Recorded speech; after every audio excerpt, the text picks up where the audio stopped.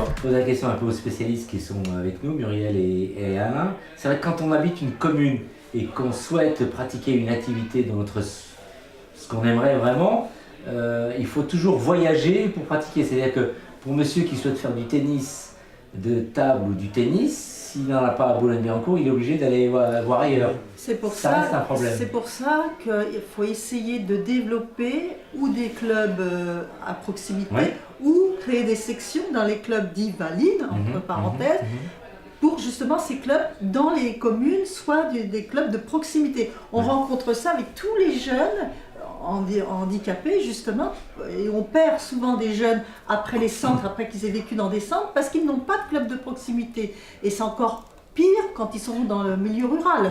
Donc, et ça, c'est vraiment une question qu'on se pose, qu'on essaie de résoudre, mais c'est pas si simple que ça. Mais c'est vrai qu'il faut essayer de trouver un club ou une section qui soit à proximité de son domicile. Arnaud, Je crois que ça, pour moi, ça va vraiment avec ce que j'appellerais l'universalité. C'est-à-dire, ce qu'il faudrait, c'est qu'on puisse faire du sport au même endroit. Mais ça veut dire que les endroits sont accessibles. Parce que si les endroits sont accessibles, on peut très bien aller faire du tennis ou du ping-pong dans n'importe quel club de sport. De la même manière, c'est vrai que quand il y a des toilettes qui soient handicapées ou pas handicapées, ils devraient tous être de la même taille et tout le monde devrait pouvoir rentrer dedans. Et je veux dire, c'est un principe d'universalité qui va... c'est la même chose pour les hôtels, pour les clubs de sport, etc. Je pense qu'il faut penser... J'espère que justement les Jeux olympiques et paralympiques de 2024, les après-Jeux, vont apporter cet élan et qui va nous permettre justement, quand on aura envie de faire... Moi, la première, je cherche à faire je cherche une salle où je me sentirais bien de sport pour faire un petit peu, me maintenir un petit peu, comment je dirais, d'entretien et tout. C'est vrai que c'est compliqué parce que où on peut pas se garer, où les toilettes sont pas accessibles, où les douches sont pas accessibles, où le sauna en fauteuil tu n'y rentres pas. Voilà, c'est des choses, mais c'est peut-être anodin pour beaucoup de gens parce que quand on est handicapé, on a tellement d'autres choses à surmonter. C'est vrai que ça paraît anodin après. Mais n'empêche que c'est des petites choses qui compliquent la vie et qui limitent les personnes à faire du sport.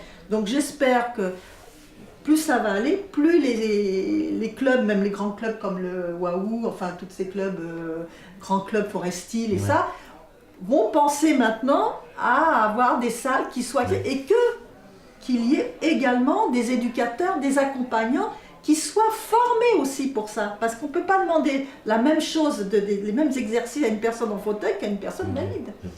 Là, je crois que vous avez un rôle majeur, vous, comité départemental, c'est de créer ce fameux maillage, et puis en tant que, aussi, entre guillemets, professionnel de cette expertise du monde du handicap et du handisport, c'est aussi des plans de formation, non seulement les plans de développement, parce que vous êtes structuré pour ça, et on voit un petit peu notamment le département des Hauts-de-Seine, qui est un département pilote en Ile-de-France. C'est celui qui est un des plus actifs. Mais je crois que vous avez vraiment un rôle majeur dans cette définition et cette extraction du maillage qui va permettre justement de faire une photographie, un état des lieux, des clubs existants, et puis ensuite voir si... dans le cadre d'un développement du handi et de l'inclusion, parce qu'on parle beaucoup d'inclusion, mais c'est surtout ça. Si les clubs sont prêts à accueillir des personnes en situation de handicap, dans des normes à définir, bien sûr, il ne suffit pas de tout révolutionner, et en plus, et vous, je crois que vous avez vraiment un rôle important et symptomatique, c'est en plus ce rôle de formateur, de formation, l'expertise que vous avez, c'est justement l'amener au fameux club. Parce que c'est vrai que la proximité est un obstacle pour bon nombre de jeunes qui voudraient pratiquer. Pas que des jeunes, mais de pratiquants, c'est toujours compliqué. Mais si vous arrivez à créer ce maillage, parce que vous avez déjà 36 communes dans les Hauts-de-Seine, et vous avez pas mal de clubs, mais je crois que la solution, elle viendra de là. Et l'évolution, et les Jeux de 2024, tiens, vraiment, si on veut que les Jeux de 2024 soient un grand succès, notamment sur les Paralympiques, je crois que ça commence aujourd'hui. Et vous, les comités départementaux, vous avez un rôle exceptionnel, et c'est vous qui serez les fers de lance de la future élite de demain. Et 7 ans, ça passe vite. Hein. Ça passe très c'est vite, demain. effectivement. C'est demain. Alors, pour finir, dernière question, quelles sont les missions du comité régional handisport et de la fédération handisport, et comment on pourrait répondre à des questions, des situations qui se présentent, comme celle d'Arnaud par exemple, pour je suis en situation de handicap, je souhaite pratiquer telle activité. Quelles sont les possibilités en fait, Muriel? Alors, pour moi, en tant que présidente du comité régional Île-de-France, j'ai toujours dit à tous les agents de développement, il ne peut pas ne pas avoir de réponse. C'est-à-dire que quand Arnaud cherche un club tennis de table, c'est pas possible qu'on ne lui trouve pas un club de tennis de table. Alors peut-être pas à côté de chez lui, mais on doit lui répondre. Quand il me dit qu'il appelle un club que la personne ne le rappelle jamais, c'est scandaleux. Donc moi, je vais m'engager à lui trouver un club de tennis de table qui soit pas trop loin de chez lui, parce qu'on doit répondre aux demandes. Par exemple, Arnaud est un adulte, mais on a aussi beaucoup de parents qui nous appellent pour leurs enfants. Et c'est souvent des parents en plus qui ont une lourde tâche, qui pour eux c'est déjà lourd l'handicap de leurs enfants.